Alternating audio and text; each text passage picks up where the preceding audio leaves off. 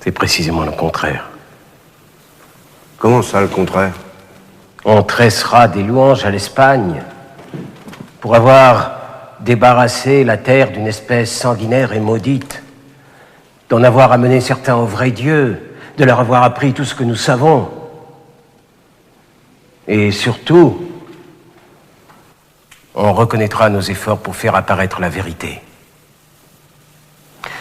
Notre rencontre ici, notre discussion, n'a pas d'autre exemple dans l'histoire des nations.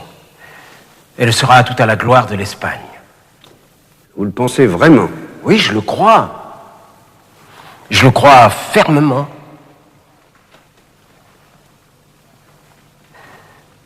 La question n'est pas d'abandonner les Indes. Nous savons bien qu'il s'agit là d'un rêve et que toujours nous resterons là-bas. La question est la seule qui se pose à tout philosophe. Que devons-nous et que pouvons-nous faire? Vous l'avez dit vous-même, nous devons les faire tous chrétiens.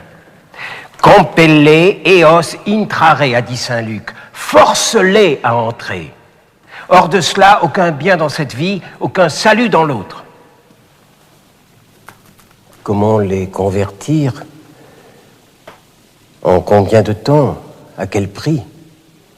C'est la seconde partie de la question, et sur ce point, frère Bartholomé, nous différons. Vous dites, chrétien et esclave, non, les deux termes s'excluent l'un l'autre. Et je dis, moi, pourquoi pas? Pendant quelque temps, en tout cas, en attendant une conversion générale, car c'est cela qui nous importe. Vous dites aussi, les guerres que nous avons menées ne sont pas justes. Et je dis, moi, la guerre juste est celle qui conduit à la justice.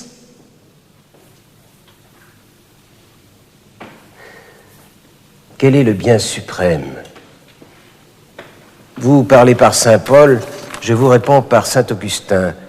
La perte d'une seule âme non munie du baptême, a dit saint Augustin, est un malheur plus grand que la mort d'innombrables victimes, même innocentes.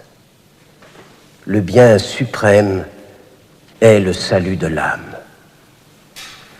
Voilà pourquoi nous tenons si ardemment à les convertir, parce que sans cela, leur âme est perdue, et que rien en ce monde ou dans l'autre n'est plus précieux que leur âme.